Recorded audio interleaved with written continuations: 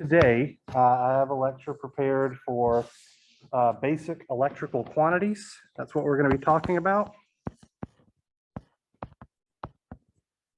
I have an in-class assignment because I got distracted watching football over the weekend. I forgot to actually upload it for you guys to be able to print it out. So I printed out copies for everybody. And then we also have a mini lab assignment to do today. So we got lots of things going on.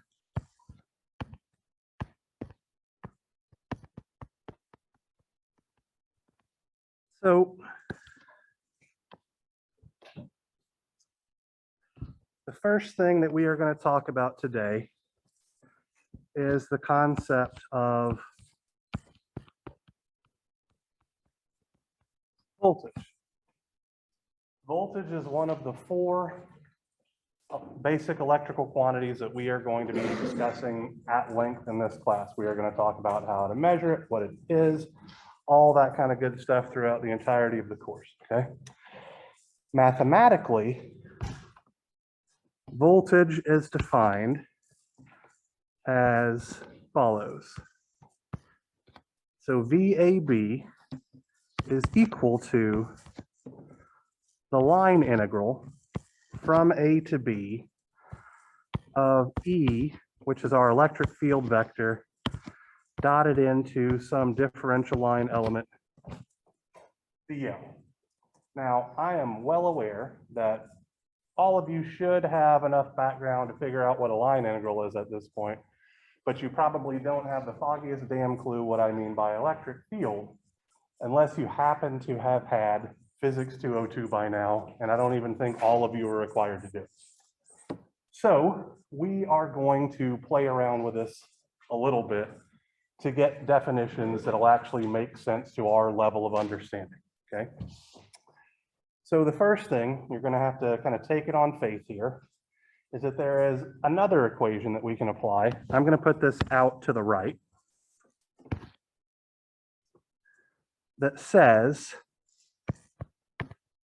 electrostatic force is simply equal to Q, the charge of an electron, multiplied by our electric field vector.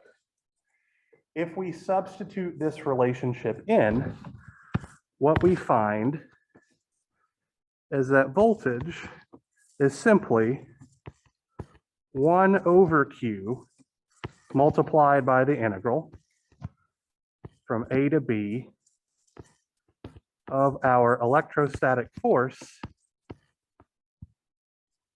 dotted into our differential line element. What's the integral of force times force dotted into distance? What does that mean? You guys have all had Physics 201, it's a prereq. One of you mechanical engineers or civil engineers, what's force times distance? Work. So this mathematical definition here simply tells us voltage is the work done per unit charge to move charge from some location A in a system to some location B in a system. That's all voltage is. It is a transfer of energy that is required to move charge around a circuit, okay? So our first definition for voltage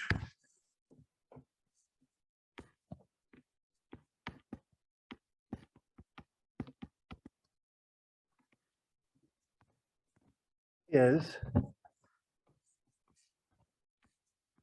the work per unit charge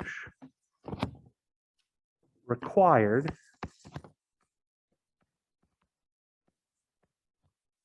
to move 1 coulomb charge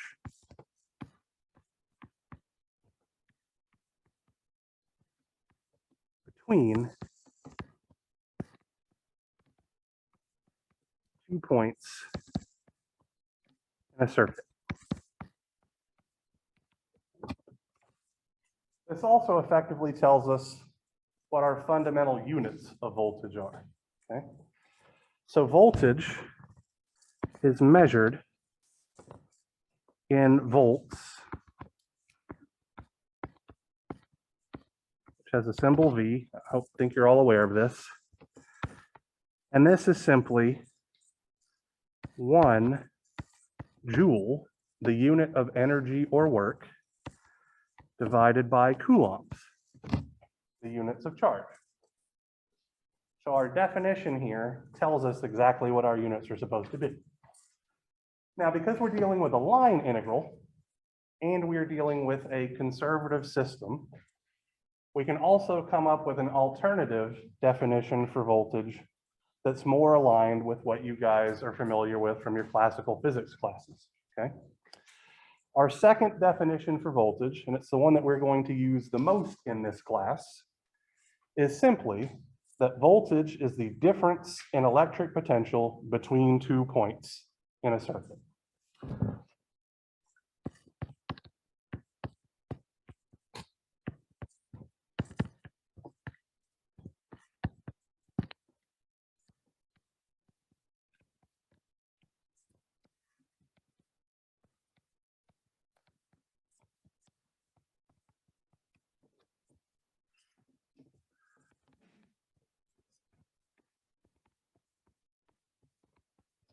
So what do I mean by electric potential or electric potential energy?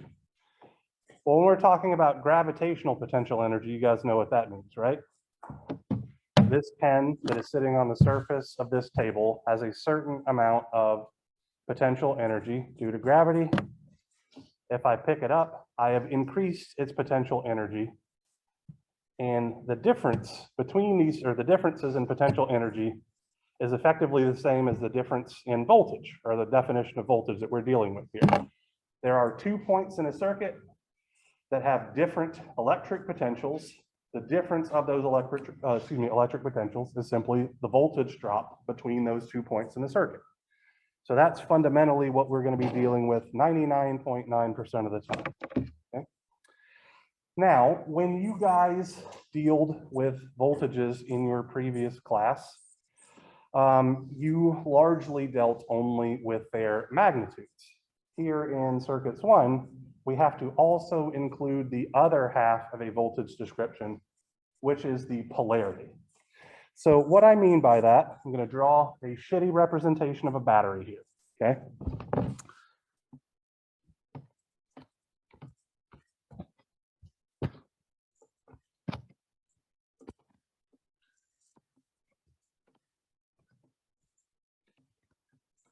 So this is supposed to be a AA battery, but I draw poorly. How much voltage does a AA battery provide? 1.5 volts, absolutely correct. That 1.5 volts is the magnitude of the voltage, but there is also a polarity that we need to take into account. Now for a AA battery, the nub on the left-hand side serves as the positive polarity terminal. It usually has a plus sign written on the battery to tell us this.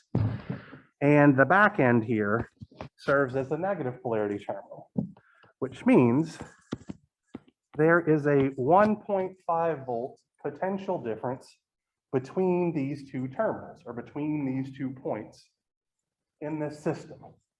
So we can interpret this a number of different ways. The negative polarity terminal is 1.5 volts below whatever the positive polarity terminal happens to be at, or the positive polarity terminal is 1.5 volts above whatever the negative polarity terminal happens to be at.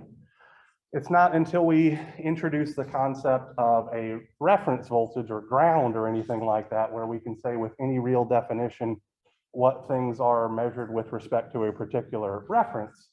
So for now, we just know that there's a 1.5 volt difference between these 2 particular points. Okay? So a lot of times when we are analyzing a circuit, we are not going to be able to see definitively that the voltage has a particular polarity. If it isn't given to us, we can make assumptions, but sometimes we might be wrong. So if I have a generic circuit element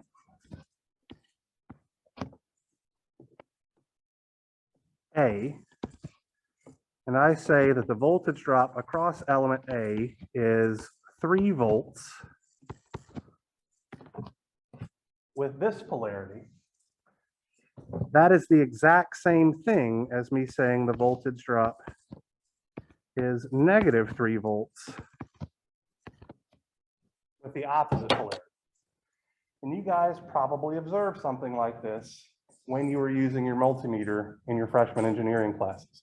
If you ever measured a negative voltage, you just swapped your terminals to make it read a positive voltage. So if we ever observe a negative voltage, we can simply flip the sign of the polarities to make it look like a positive voltage if that makes the math easier for us, okay? We will hopefully pretty soon get to a point where we're comfortable dealing with both negative voltages and currents and all that kind of good stuff. But for now, it's probably easiest if we deal with only positive quantities. And so I'm trying to illustrate exactly how you would get there. You simply, to change the sign of the voltage, you simply flip the polarities of the terminals. All right, so I have actually, in this little stretch of information that we've provided here, introduced multiple different ways that voltages are represented in circuits. You may not even be aware of it, okay? So the first way that voltages are represented in circuits, the ones that I'm going to use most commonly, and let me do this as a kind of a side thing here.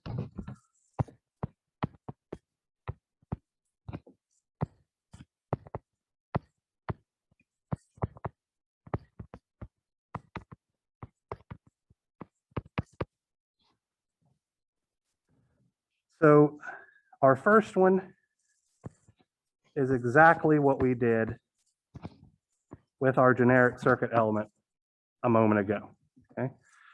We have some positive polarity terminal, some negative polarity terminal. We assign some magnitude. This is the traditional American style of writing voltage.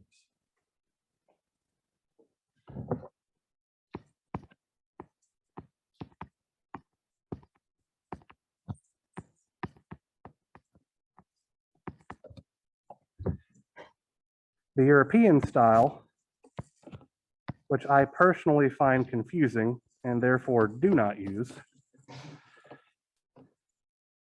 looks like this. We have an arrow pointing from the negative polarity terminal to the positive polarity terminal. Why I find this confusing is because I have been taught to associate arrows with currents, not voltages, and so it just weirds me out. I am showing this to you because some of you will supplement my lectures by watching random videos on YouTube.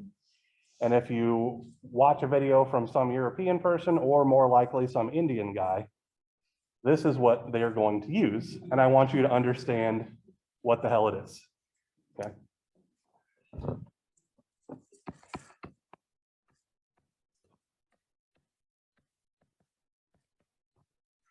Our third way, and I have introduced this in our definition of voltage, but haven't shown you how it's represented in an actual circuit or across an element, is like this.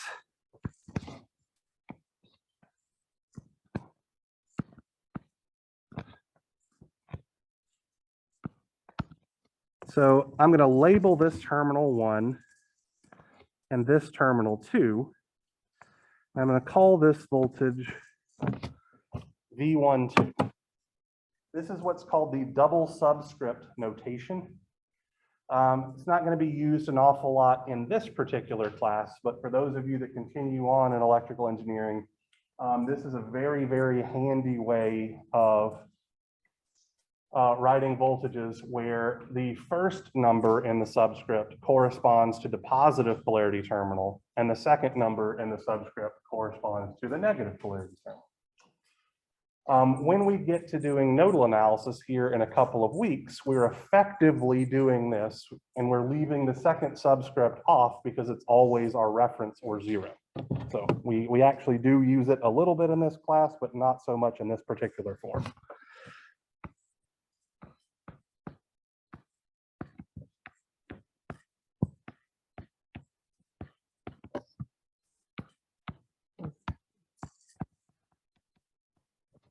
All right. So these are the three different ways that voltages are represented in circuits. And again, because I am a dumb American, we are going to use the conventional American style. All right, so now let's talk about voltage sources, how we apply voltages to circuits.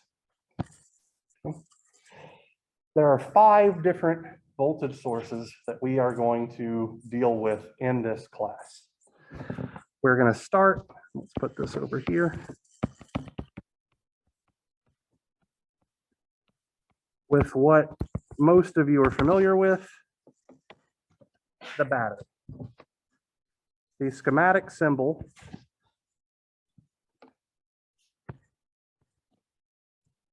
for a battery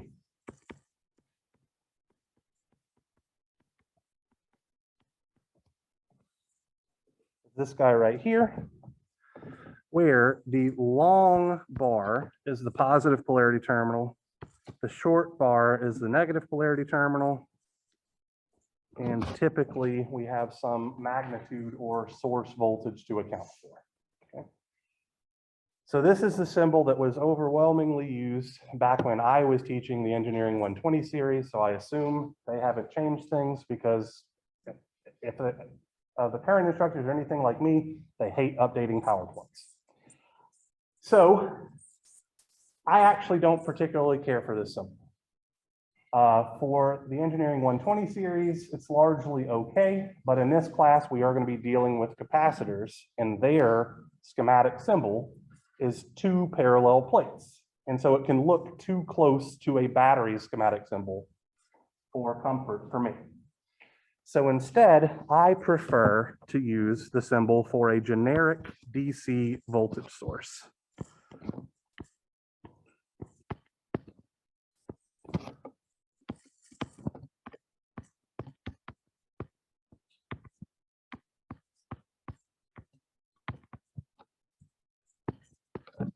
Where the positive polarity terminal is the one that touches the plus sign, the negative polarity terminal is the one that touches the minus sign, and the magnitude of the voltage supplied by the source is given by whatever that quantity Vs is.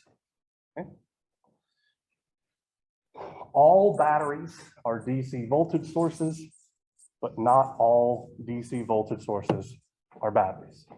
Right? So we would use this DC voltage source symbol for the DC voltage sources that we have placed around the room that you guys are going to use in your labs if we want to be technical about things. And we would actually only use the battery symbol if and when we were dealing specifically with batteries and that actually mattered, which will not happen in this class. Our next symbol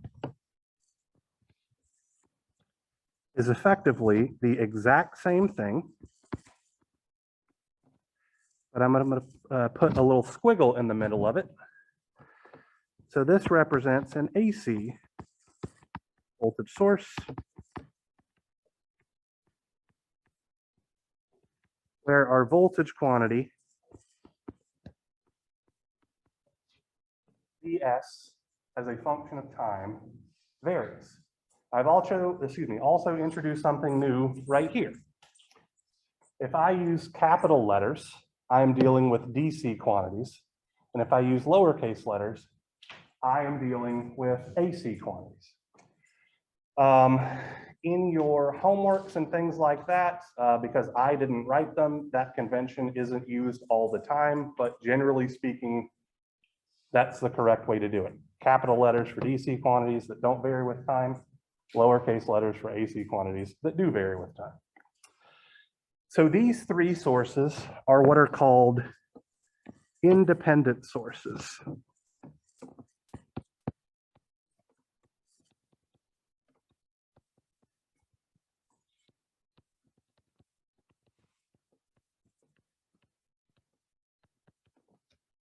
They are independent sources because the voltage they supply is independent of what they are connected to. Meaning a battery, a 1.5 volt AA battery, will nominally supply 1.5 volts of voltage, regardless of whether or not you actually have it connected to a circuit or anything. The next two voltage sources that we are going to be dealing with are what are called dependent voltage sources, where the voltage that they supply is dependent on some outside quantity. So our symbol for our dependent voltage sources are identical, okay? We have two of them, and the symbol looks exactly the same, okay? So this left one, I'm going to call a voltage controlled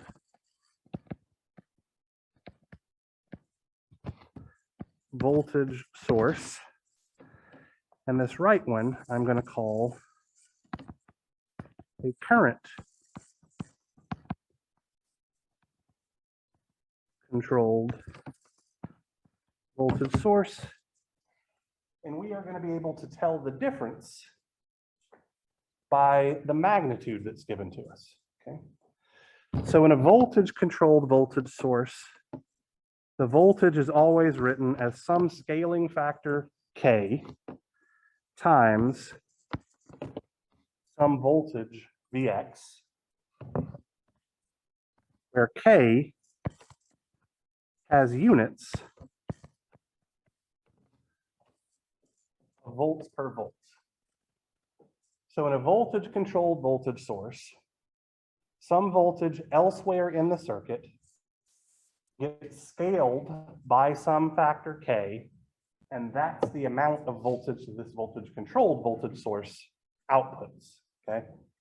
It's going to seem confusing and weird for a couple of days, and then I'm going to make you deal with so many of them that you'll eventually be comfortable with it, okay? For the first, I would say, week and a half, these concept of voltage controlled voltage sources, current controlled voltage sources, and then the current source equivalents, voltage controlled current sources and current controlled current sources, are going to be the biggest pain in your ass that you're going to have in this class. But once it clicks, everything will be okay. All right. So another thing that I want to point out here is that these units of volts per volts probably won't be written. Okay. So you're expected to understand that this is a voltage controlled voltage source because you'll have something like 3 Vx. Since Vx represents a voltage quantity, this is a voltage controlled voltage source.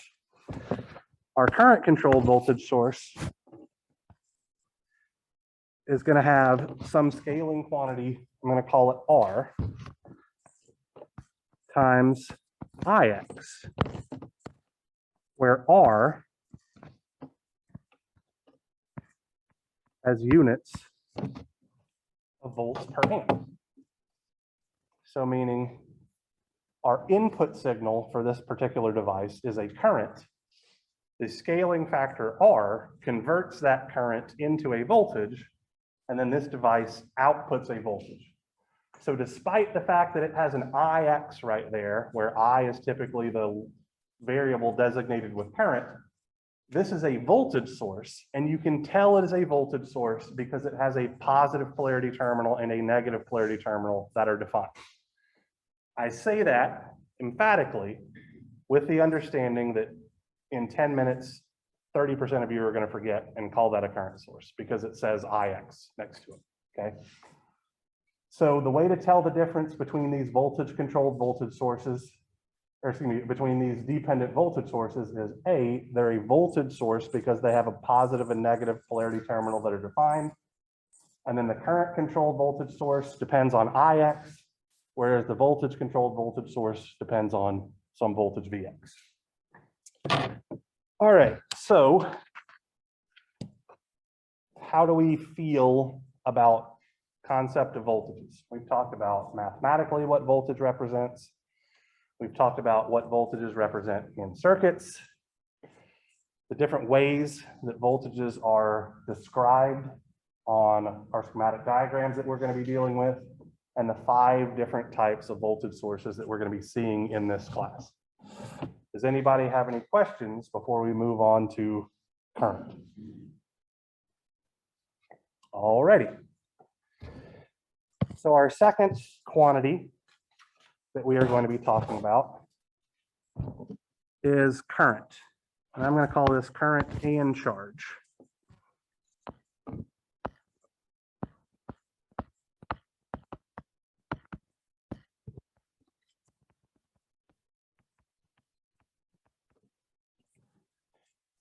All right, so mathematically, current is defined, where current is I, as the derivative of charge with respect to time. Bless you. So we can come up with a simple definition here.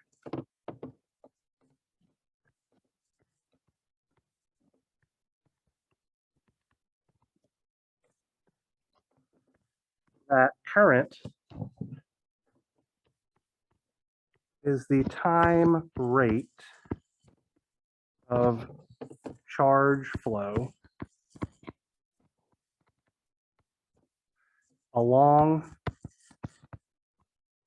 a path in a circuit. This is a more formal definition than the one that you guys dealt with in your freshman series, where current was simply the amount of charge that passes a point in a given amount of time. Okay. We're looking at it more as a rate of change problem here in our formal circuits class. Okay. Now the units still work out exactly the same. The unit of charge is the ampere.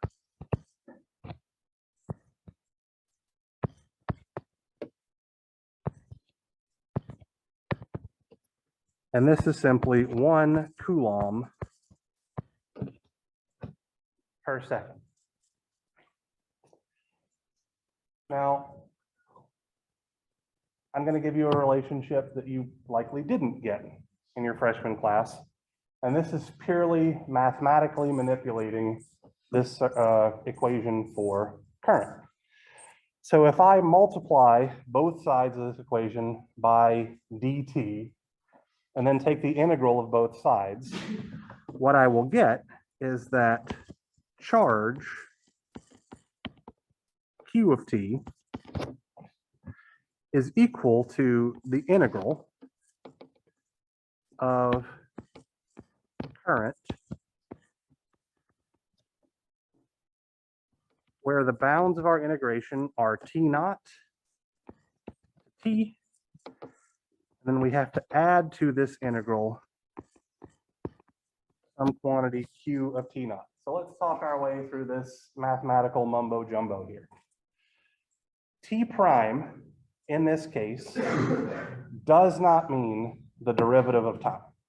I know that some of you have had enough math to where you've gotten to where you have shorthand notations for derivatives and things like that. I do not use them ever in this class. If I want the derivative with respect to time, I write d by dt. Okay, so these primes here do not indicate a derivative buried inside of this integral. What I'm doing here is using what I'm going to call a dummy variable. So effectively, since t, time, is in my bounds of my integration, it shouldn't show up inside of my function. So I have to use a dummy variable that represents time there.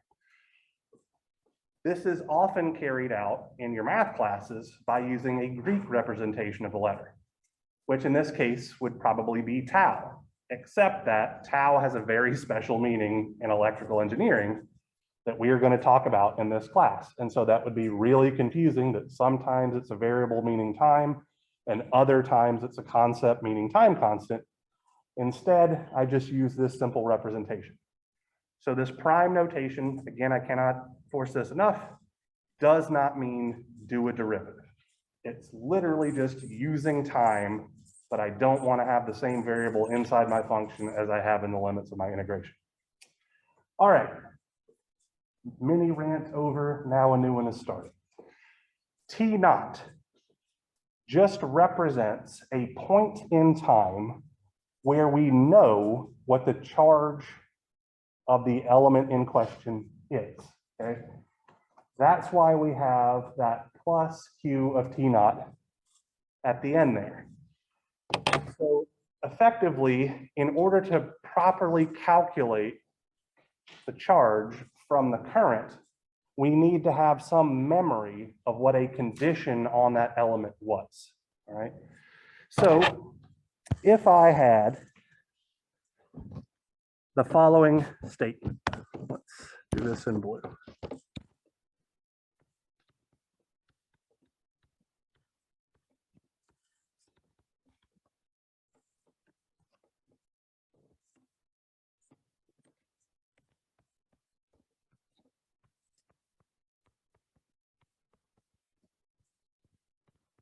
Current flowing into the positive polarity terminal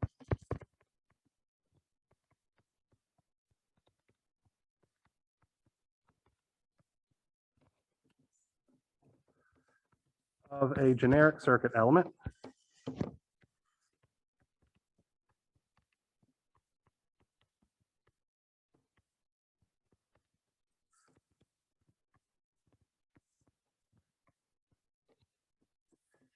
is given by I of t is equal to I naught cosine omega t amps, where I naught is 3 amps and omega is, let's just say, 5 radians per second.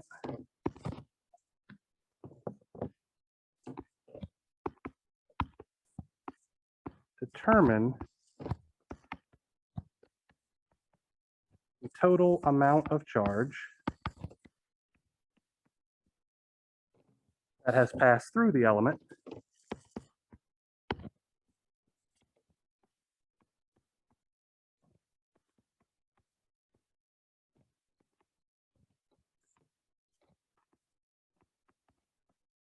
at t is equal to 5 seconds if Q of, excuse me, 0 is equal to coulombs. This is fairly representative of something you might find on your exam, and I think I'd probably give you something extraordinarily similar to this in your in-class assignment for today. So we are given current, we are solving for charge, which means we need to be using the second equation here, right? So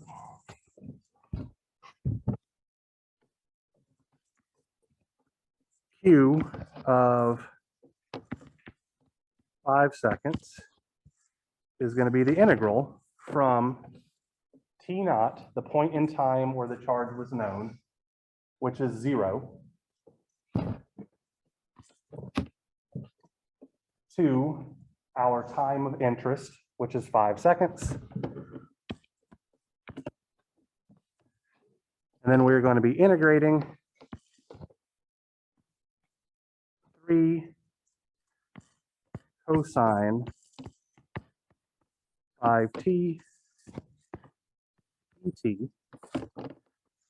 And then we add to this. So after we perform the integration, we add q at t naught, which we know to be 2 coulombs. And now we're in a place where we can simply throw this in a calculator and get an answer. And so I'm going to be lazy and do just that. If I happen to remember to bring a calculator, and it doesn't look like I did, so that means I have to remember how to do this integral. That'll be okay. All right, so the derivative of cosine is negative sine, so I think the integral of cosine is positive sine. Is that how that works? Are you messing with me, or am I actually correct? Okay, good deal. But I also have to take into the account that I have a omega acting on my time variable as well. So I think, just bear with me here, that this is supposed to be 3/5 sine 5t evaluated at 5 and 0 plus 2 coulombs. If I took that omega out, applying the chain rule or whatever the hell it is correctly. Does that seem reasonable? Let's start there.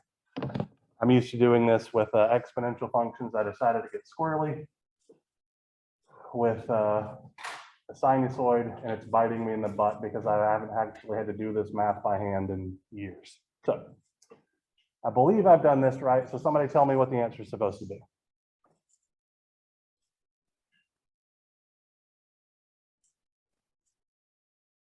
0.6 times sine of 25 radians.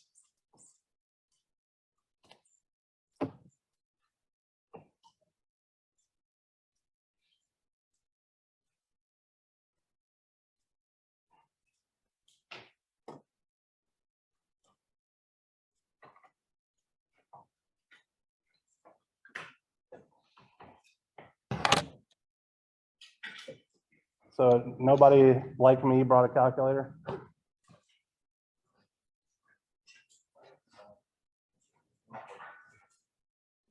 Are you in radians mode?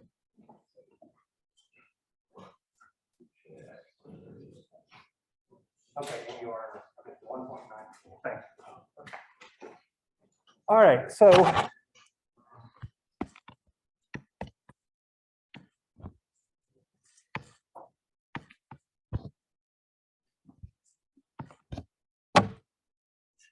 this is the answer that Mr. Parker got. He did it both throwing it into the calculator and then my way, and apparently by hand-ish, and I'm just evaluating it. And this is the result that he got, so I feel fairly strongly that this is correct. So as a quick aside here, this is as hard as the calculus is really going to get in this class. I'm going to expect you to be able to do the derivative and integral of sines and cosines. I'm going to expect you to be able to do the derivative and integral of simple exponential functions, the derivative and integral of simple polynomials. So, you know, t squared plus t plus 1 or something like that. And then anything beyond that is going to be literally area under the curve type thing made up of rectangles and triangles and all that kind of good stuff. So the mathematical concepts in this class, you guys should effectively all be old hat at them by now. I'm more concerned about how you apply that math to actual circuit theory than giving you math for math's sake. So, all right. So I just wanted to work this problem out here real quick because there seems to be a lot of confusion when we cover this particular equation about what to do with that initial condition on the system. It is not inside the integration. Okay, so you do the integral and then you tack that bit on at the end, and the units work out to tell us to do exactly that. All right, so We have talked about our mathematical definitions for current and charge. We have a theoretical definition for current. Let's move on and talk about directions for current. So this is something that you guys, again, did not really have to deal with too much in your freshman engineering classes. And it's largely because you only ever really had one source or a battery pack or something like that. And so you had a pretty good idea of what direction the current was flowing in at all times. In this class, dealing with more complex circuits, we are going to have to guess as to what the direction of a particular current will be. So if I have, as part of a circuit, some generic circuit element, A, and I say that my current IA is 2 amps, this is not enough. I also have to indicate in what direction the current flows. Okay. If I ever get a negative value for my current, so if I were doing analysis and found out that IA was, say, negative 2 amps, the direction would have to be opposite. So just like we can change the polarity of a voltage to change the sign, we can change the direction of a current to change the sign on the magnitude as well. Now, luckily for us, there's pretty much only one way to represent currents on circuits, and it's like this: magnitude and direction. Those two pieces of information are all we will ever need to describe a current. So let's move along now to our current sources.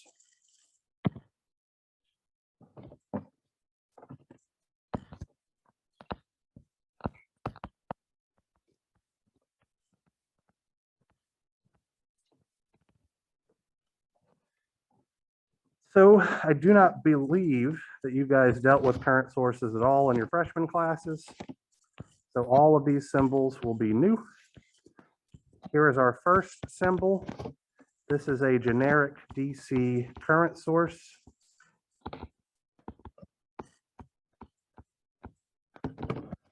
Where the direction of current flow is indicated by the arrow, and the magnitude of the current that is being supplied by the source is given by the quantity IS.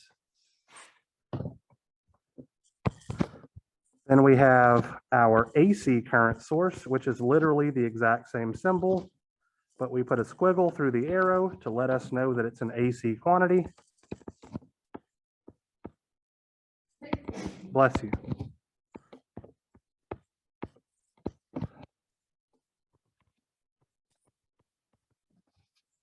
And our current in this case is a time varying quantity, so I'm using lowercase letters to describe it. These are our independent current sources.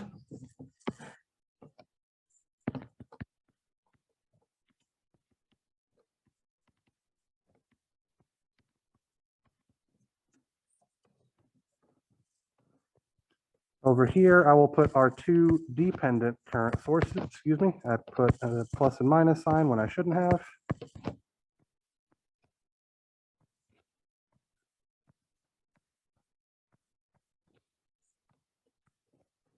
So on the left, we're going to have current controlled.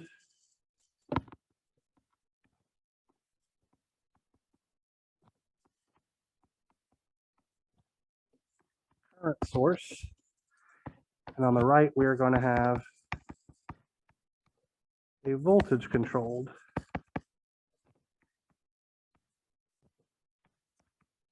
source.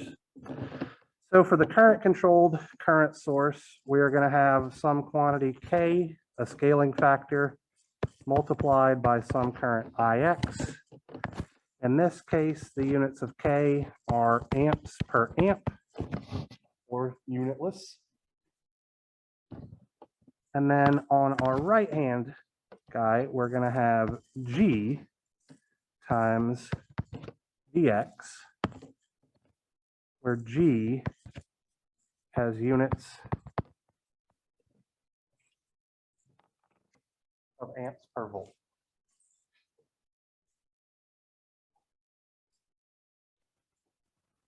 So once again, with our independent sources, they supply a fixed amount of current regardless of what they are connected to. Our dependent sources on the right supply an amount of current that is dependent on some other quantity in the circuit. So these are the four different types of current sources that we're going to be dealing with. Any questions regarding current before we move along to power and energy and kind of wrap things up for the day? All right.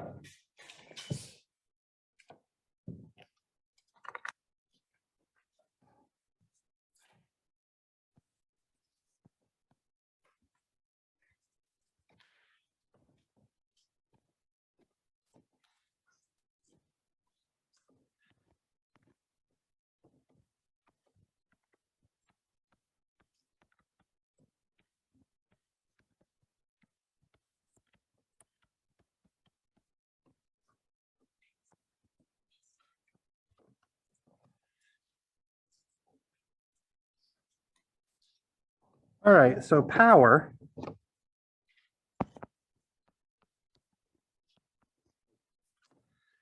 can be written as the derivative of energy with respect to charge multiplied by the derivative of charge with respect to time, which is simply a long way of saying this is the product of voltage and current, where the unit of power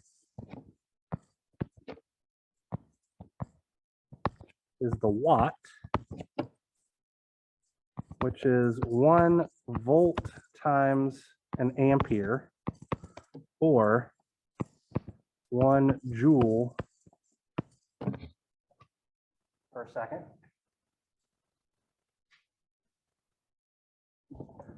And we will define power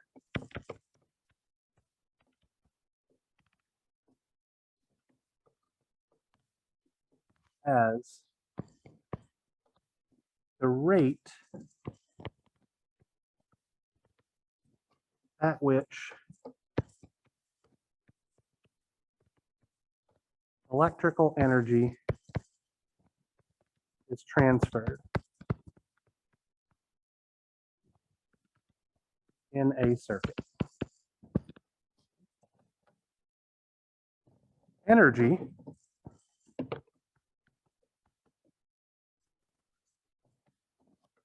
mathematically will be defined as the integral of power. Our limits of integration are T1 to T2. So effectively, when we are beginning to be interested in what the total energy is to the point in time where we are stopping measuring what the energy transfer is. And the units of energy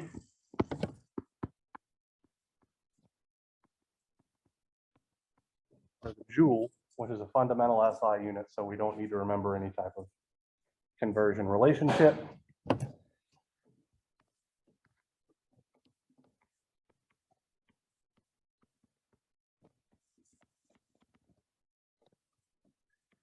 And our definition for energy will be simply total amount of transferred power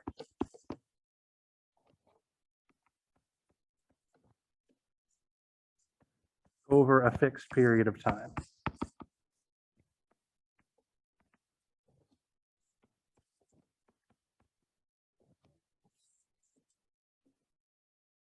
We are going to be dealing with power a lot more so than energy in this class, but it is a simple relationship to go from one to the other. Okay. Energy is the derivative, energy is the integral of power. Power is the derivative of energy. So if we have one, we're one step away from the other pretty much at all points of time. So now what we're going to be talking about is the passive sign convention. And I can say with an extremely high level of confidence that I'm going to present to you some material. It's going to take maybe 3 to 4 minutes tops. This is the simplest and most straightforward way that I have figured out how to deliver this material to you all. And you are going to, there's going to be, let's say 3 of you out of the 45 that are going to continue to screw this up until the very last day of class. Just if I'm being entirely honest. I got a couple of people pointing themselves out. Okay. This thing that we're covering, called the passive sign convention, is effectively the rules that we follow that tell us how to calculate power, whether it is absorbed or supplied in a given circuit. And it also goes into how to correctly calculate voltages and currents once we know Ohm's law and things like that. It is absolutely integral to all of the analysis that we're going to be doing for the next 10 weeks. And unfortunately, it can be a bit confusing. Okay. So let's talk about this passive sign convention.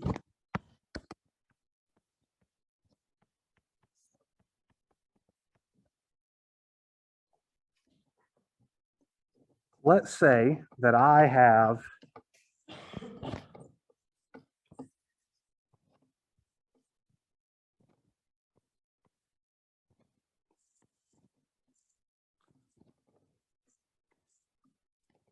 a generic circuit element A such that the voltage drop over element A has this polarity, positive polarity on top, negative polarity on bottom, and I have a current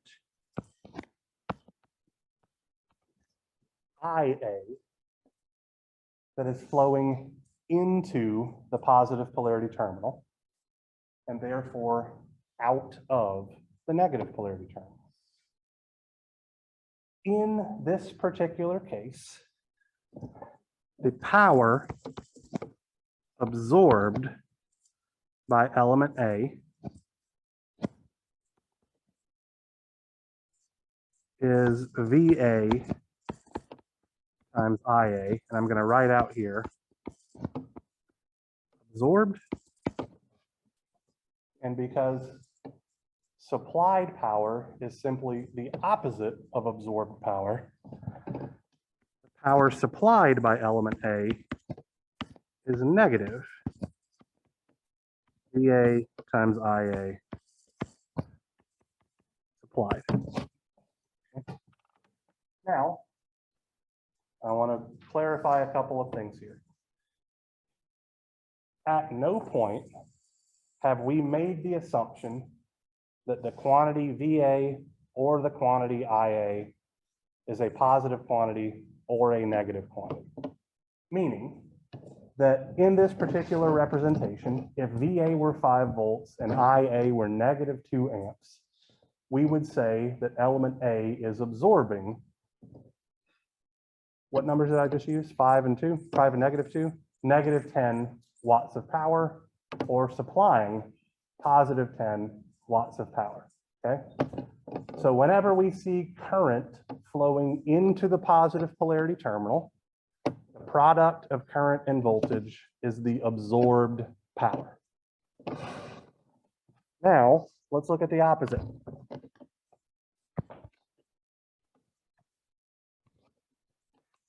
I have the same generic circuit element,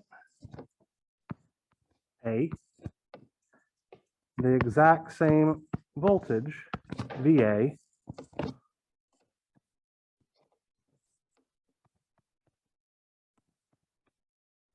now let's say my current IA is flowing out of the positive polarity terminal. And another way to represent this would be flowing in to the negative polarity terminal. In this case,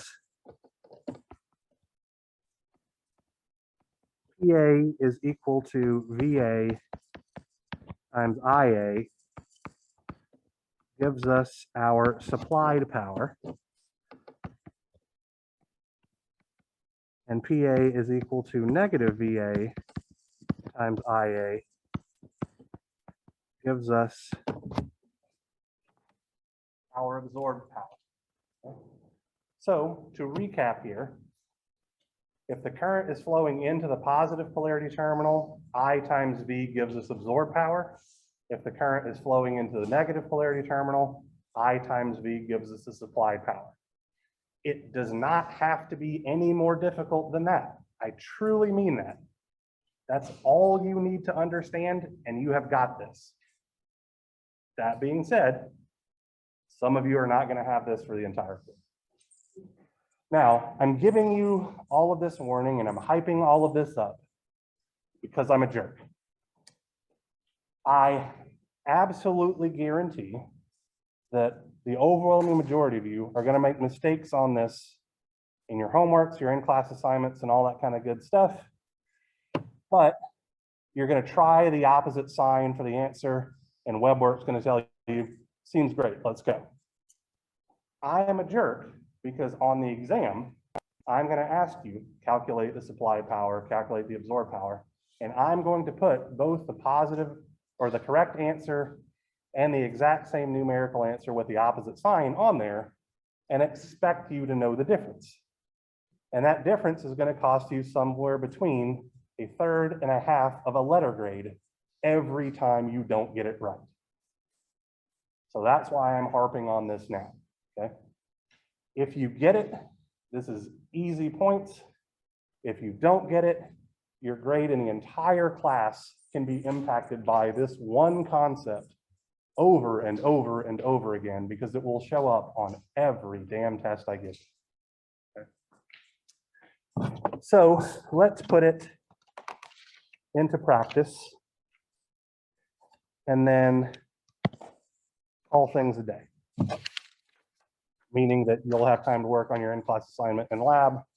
I will just be finished talking. All right, so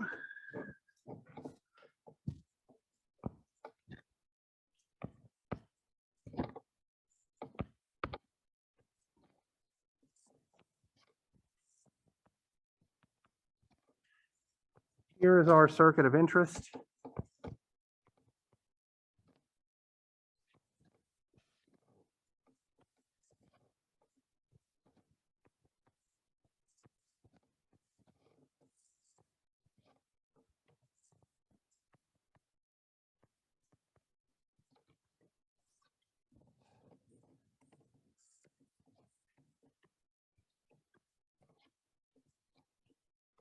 And let's say that element C has a 10-volt drop.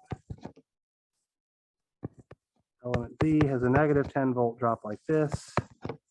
E has a positive 10-volt drop like so. An 8-volt drop here. 2-volt drop here.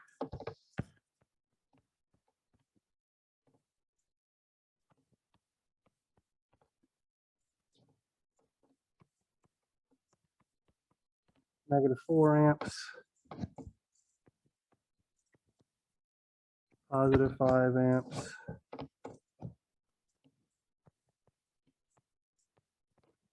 3 amps. And we want to calculate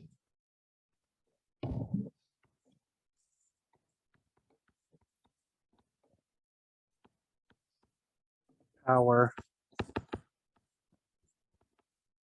absorbed. Just a heads up on your exams and stuff like this, I do typically try to boldface absorbed or supply to at least give you a warning about what I'm attempting to do here by all of our elements.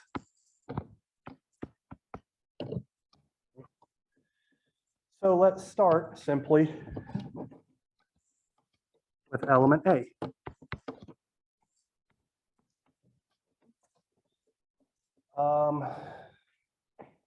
Aaron, I'm going to pick on you because I know your name. Is the current flowing into element A flowing into the negative polarity terminal or the positive polarity terminal? Flowing into the negative polarity terminal, okay? So if I'm trying to calculate the absorbed power, does that mean I need a positive sign out front or a negative sign out front? A negative sign, right. If I'm calculating absorbed power and the current is flowing into the negative polarity terminal, I need to include a negative sign before I multiply V and I. So it's going to look like negative 2 volts times 2 amps is equal to negative 4 watts absorbed. Thank you.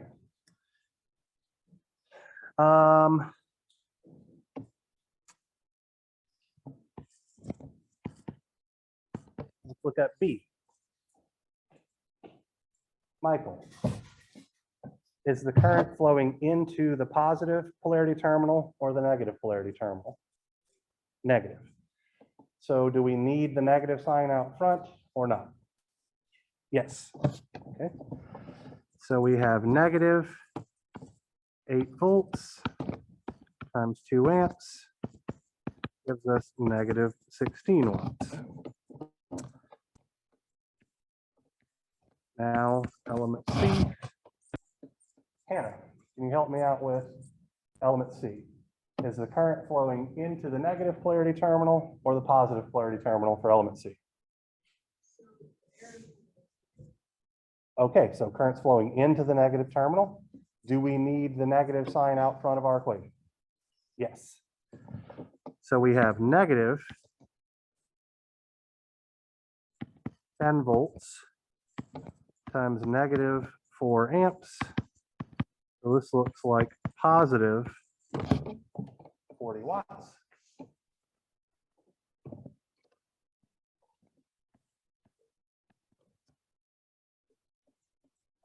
Let's see, D, running out of people's names. Abram, element D. Current flowing into the positive polarity terminal or into the negative polarity terminal? Into the positive polarity terminal. Okay, so do I need the negative sign out front? No. Thank you very much. So this is going to look like negative 10 volts times 5 amps is equal to negative 50. And then finally, let's do element E. Sully, have I picked on you today? It's your turn now, though. So let me scroll here. Current flowing into the positive or into the negative? Into the positive polarity terminal. Do I need to put a negative sign out front? I do not. Thank you, sir. So that's going to look like positive 10 volts times 3 amps is equal to positive 30 watts. One last thing here. All of this was done correctly. What happens if I add all of this together? You get 0. If the circuit is set up correctly, the answer for all of the absorbed power should be equal to the supplied power, and it should come out to be 0. That's what's known as Telegen's theorem. Okay. All right, that is enough out of me for today. One thing that I do want to point out on your homework assignment, you're given a problem or two that asks you, you have a circuit similar to this, and it asks you to calculate or asks you to determine which elements are either absorbing power or supplying power. What it means very specifically is which of them are absorbing or supplying positive power. Because all of them could be thought of as absorbing power. All of them could be thought of as supplying power. That key word there, that they want the numerical quantity to be positive, does not show up in the problem statement. So I'm giving you fair warning about it right now so that maybe that problem will be a little bit less of a pain in the ass. All right. Thank you guys for your time. We have in-class assignment right here, mini lab right here. Both of them are expected to be finished within the next 40 minutes. Oh, that's going to be a little rough. Do whatever you can on the in-class assignment. Take the last 20 to 25 minutes to do the mini lab. All right, I'm going to stop talking.